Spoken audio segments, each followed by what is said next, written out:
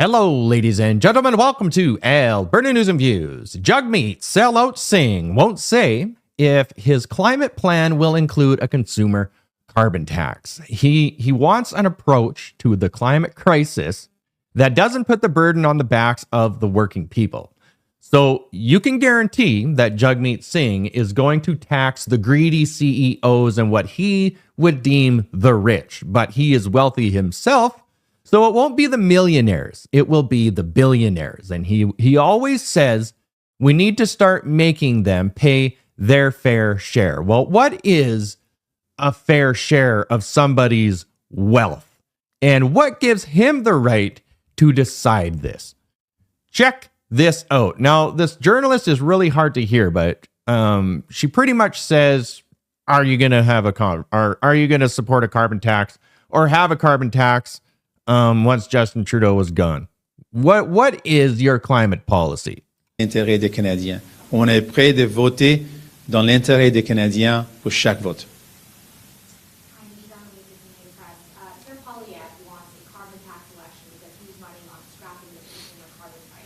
Can you state clearly what your party's position is? If you form government, what would you do to the consumer carbon tax? Well, let's also be clear about Pierre Poilievre's position. He wants to have free reign for big polluters to pollute as much as they want. His plan is to say there should be no penalty if a company pollutes into the river or into the water or into the air in their communities. So that's his plan. He wants big polluters to do whatever they want, no rules for them. We're saying that they should be paying their fair share. A company that pollutes and poisons the environment, there should be a price on that. There should be a cost to that. They shouldn't be able to get away with poisoning our air or water or land without any penalty at all. That's what Pierre Poilievre is proposing. When it comes to workers, though, we disagree with the approach of Justin Trudeau, who's tried to pit workers against each other. He set up a scenario where in certain regions, based on electoral politics, he's giving advantages to the Atlantic provinces over other parts of the country. We disagree with that. I've came out very strongly opposed to that approach. We want to see an approach to fighting the climate crisis where it doesn't put the burden on the backs of working people, where big polluters have to pay their fair share, they have to pay the price of their pollution, but it shouldn't be on working people's shoulders. And so we've been working on a plan, and we'll be releasing our plan, our vision for how we can do that in a stronger way in the coming months. Will the plan include a consumer carbon tax? We'll let you know when the plan is ready, and we'll let you know more details about it. I love that. Doesn't answer anything. And then it's like, so are you going to have a consumer carbon tax or not? And it's like, I'll let you know. What is your fair share? Taxation is theft. Those two things don't go together.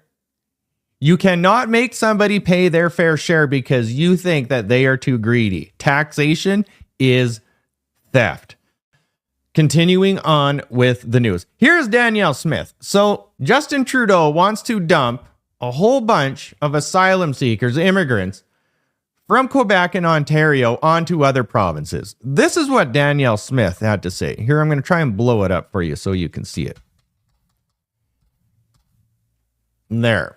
Danielle Smith, full statement on Alberta opposing further asylum relocations to Alberta. Alberta's government is opposed to the federal government's plan to relocate tens of thousands of asylum claimants to Alberta, especially without any financial assistance to support the province in doing so.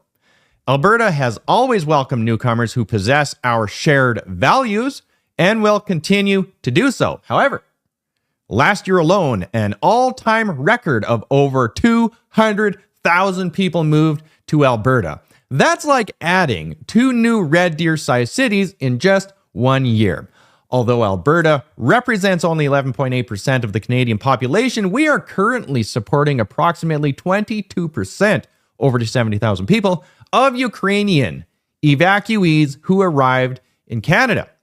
Section 95 of the Constitution is clear. Immigration is an area of shared authority between the federal government and the provinces. Yet, the Trudeau government's unrestrained open border policies permitting well over 1 million newcomers each year into Canada is causing significant challenges, and it's simply not sustainable. It's not sustainable. It is collapsing all of our social programs, education, healthcare, housing, all of it. All of it is collapsing. Excessive levels of immigration to this province is increasing the cost of living and strains public services for everyone. We are informing the Government of Canada that until further notice, Alberta is not open to having these additional asylum seekers settled in our province. We simply cannot afford it. It really is that simple.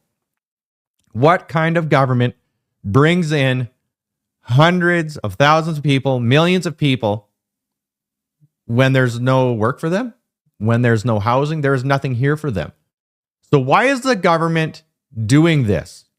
Destabilization, then infiltration. And another little tidbit on top of that is when you have mass immigration like this, it is very, very easy to apply political wedges and start controlling a population and a thought pattern, especially when you start targeting certain types of groups and people. They are political and they become political fodder. It is absolutely disgusting and irresponsible of a government to do this and expect provinces, cities, communities to fix it. It truly is astounding. This is from Norman Spector. I thought this was interesting. Canadian living standards have fallen under the 9 years of Liberal rule. Indictments of economic policies don't get much sharper than that. The hard truth the Liberals need to know. So the real GDP per capita was lower in 2023 than in 2014. So the takeaway from this is that our standard of living in Canada is consistently year over year going down. And that is directly tied to what I was just showing you with Danielle Smith and mass immigration. We are literally immigrating unemployment, a housing crisis, a healthcare crisis, and a drug crisis and crime crisis, any other crisis that you can think of. Not because of the people or the groups that they belong to, but simply because it is unaffordable. There just isn't enough food for all of the mouths to feed and to keep them sheltered. And winter is coming. I will keep you updated with as much as I can when I can. All of you out there, like, share, and take care.